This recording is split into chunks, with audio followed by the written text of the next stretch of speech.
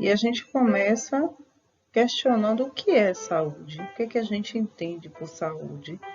E saúde ela está relacionada com o nosso bem-estar.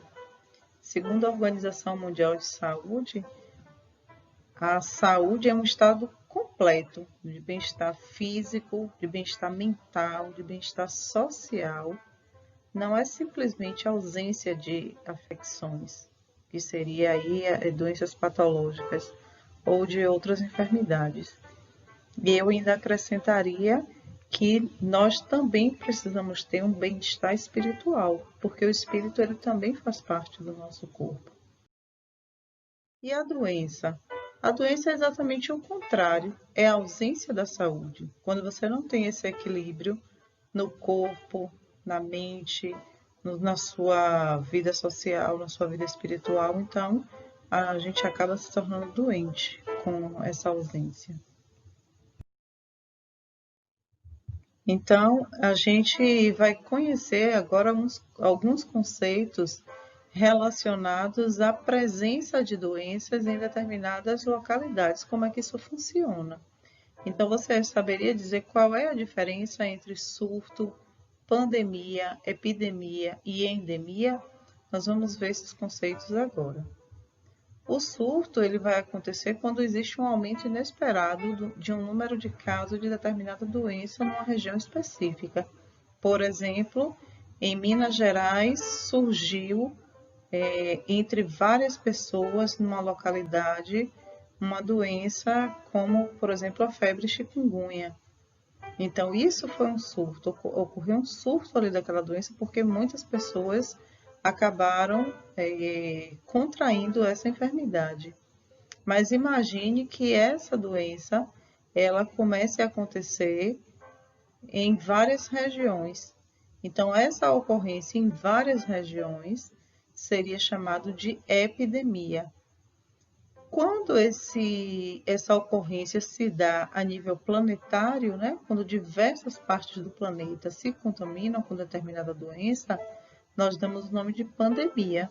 E é exatamente isso que está acontecendo hoje com o coronavírus. Ele surgiu lá na China e hoje está espalhado por todos os continentes. Então, isso é uma pandemia. E a epidemia é quando essa doença se manifesta somente em uma determinada região. A gente poderia citar a febre amarela lá na região amazônica, que é algo endêmico, é uma doença que é própria do local. Tanto que quando as viagens, né, são feitas para essa localidade, é indicado que se faça o uso da vacina com antecedência. Quem são então esses agentes causadores dessas doenças? Nós temos aí vírus, bactérias, protozoários e também alguns vermes, dos quais nós vamos citar alguns exemplos aqui nessa aula. Então, a gente começa com os vírus. Eu poderia citar exemplo de várias doenças causadas por vírus, como a Covid-19, como dengue, como febre amarela, zika, a febre chikungunya, ou uma gripe ou um resfriado. Mas eu vou falar, dentre elas, da Covid-19. Então, essa é uma doença nova, a gente não tem tantas informações precisas sobre ela, existe muita coisa ainda em estudo. E os sintomas mais comuns dela é a coriza, é tosse, é dor de garganta, é uma doença que ataca os pulmões, se manifesta normalmente até 12 dias depois do contato com esse vírus e é transmitido pelas gotículas, né? Quando a gente fala, ou quando espirra, ou quando tosse, algumas gotículas são emitidas aí para o ambiente. Então, é por isso que, como nós não temos ainda essa vacina ou um remédio que consiga eficazmente acabar com a ação desse vírus, é importante tomar as medidas preventivas. Primeiro, o isolamento social, mas como isso nem sempre tem sido possível por várias questões sociais e econômicas, é necessário tomar medidas de proteção, como usar máscara, lavar as mãos sempre, fazer o uso do álcool em gel e de materiais de limpeza com constância, para que a gente tente minimizar o máximo possível os impactos que eles têm causado no meio da nossa sociedade. Além desses sintomas mais comuns, existem alguns sintomas também mais graves, que é a febre mais alta, quando esse quadro evolui para uma pneumonia ou para uma insuficiência respiratória, né? Passando aí para uma fase mais crítica da doença. Outro agente contaminante são as bactérias. As bactérias, elas nem sempre elas causam mal. Aliás, a maioria das vezes ela não causa. Mas esses 5% aí que são causadores de doença, elas podem fazer um bom estrago. Então, doenças como a tuberculose, o botulismo, a meningite bacteriana, a coqueluche, a pneumonia, a hanseníase, são exemplos de algumas doenças que são causadas por bactéria. A tuberculose, que a gente vai falar, ela é causada por uma bactéria chamada de bacilo de Koch. Então, é uma doença que também é transmitida através das gotículas, né? Tosse, espirro, pela fala. Então, é importante essa proteção. Nunca estar espirrando ao ar, sempre buscando utilizar o braço para fazer esse movimento e higienizando. E alguns sintomas que essa doença causa é a febre, a tosse seca e sempre contínua, um cansaço no corpo, né? Falta de apetite, um suor excessivo. São alguns sinais que o nosso corpo dá, alguns sintomas que a gente precisa ficar alerta ou alertas, né? Para que a gente tome as medidas necessárias para procurar um médico ou uma assistência de saúde. Outro agente causador são os protozoários. Eles causam também muitas doenças, várias doenças no nosso organismo. E vamos citar aí a doença de Chagas, a giardíase, tricomoníase, a malária, a leishmaniose, a amebíase.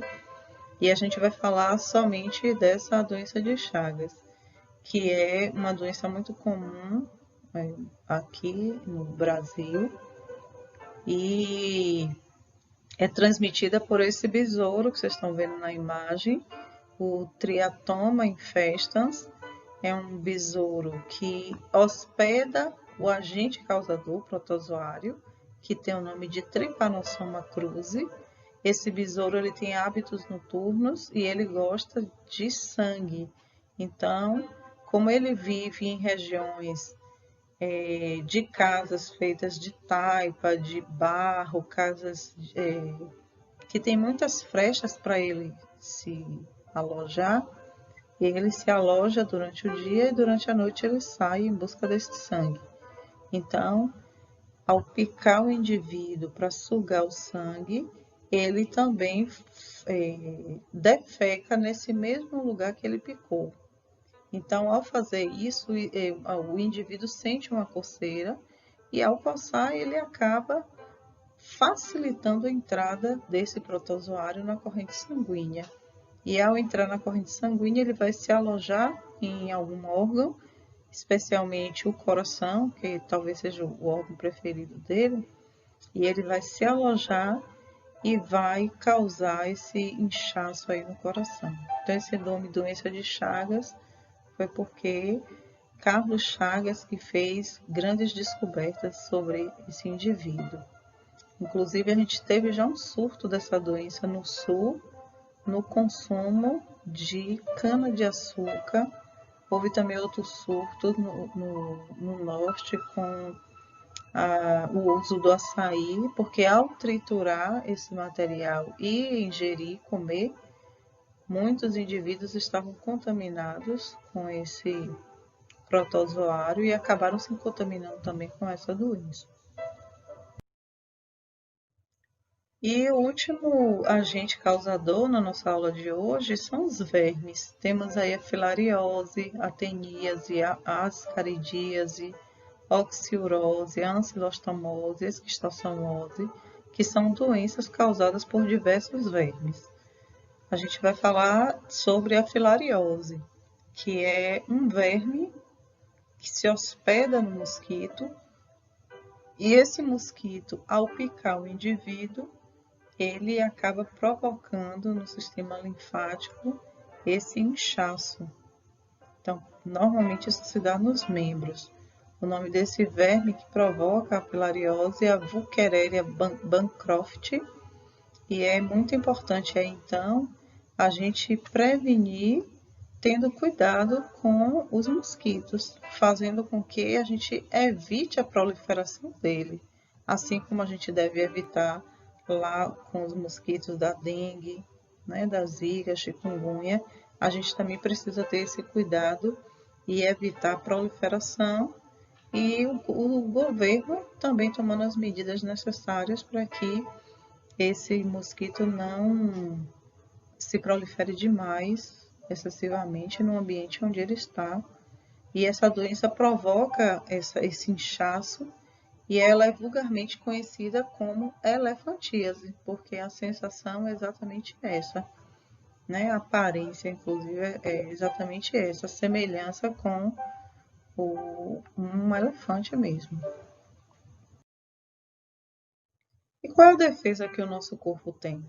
O nosso corpo, então, ele vai se defender através de alguns mecanismos, como a pele, como a mucosa e como as células de defesa, os glóbulos brancos, né, os leucócitos, por exemplo. O que é que eles vão fazer? Eles vão produzir anticorpos e esses anticorpos são produzidos a partir do contato com o antígeno, que é esse agente que desconhecido para o corpo, que ao ter contato com o corpo estranha e automaticamente produz esse anticorpo a fim de que ele possa ser defendido. Isso funciona com o seguinte mecanismo. Quando os glóbulos brancos eles têm contato com agentes estranhos, como vírus, bactérias, células cancerígenas ou outras formas, ele produz e libera o anticorpo que vai se ligar a esse antígeno a fim de inutilizar a sua ação. Quando isso não é possível acontecer, então a gente tem que administrar o antibiótico a fim de que esse antibiótico possa auxiliar o corpo nesse mecanismo de defesa. Uma outra fonte de defesa são as vacinas, aonde a gente utiliza o micro-organismo atenuado ou morto, a fim de que, aplicado no corpo, ele também provoque essa produção de anticorpos pelo nosso organismo. E, além das vacinas, o soro. Mas a grande diferença é que o soro, ele é produzido via um hospedeiro, que nesse caso é o cavalo. Então, alguns animais peçonhentos, né, que produzem veneno, como algumas espécies de aranha, escorpião, de cobras, né, serpentes, elas produzem o veneno. Esse antígeno desses venenos são retirados e colocados no cavalo, injetados no cavalo. O cavalo vai produzir um anticorpo para se defender, então é retirado o sangue do cavalo e feito aí essa divisão de células, das células sanguíneas, do soro, onde os anticorpos vão estar contidos. Então, esse soro ele é reservado a fim de aplicar em indivíduos que sofram esses acidentes. Então, foi isso. A nossa aula de hoje, a gente fez essa conversa, esse bate-papo sobre doença e saúde, e a gente aproveite, né, para buscar também ter uma vida saudável, buscando se prevenir das doenças, buscando fazer atividade física e, na medida do possível, tendo uma alimentação adequada. Até a próxima aula.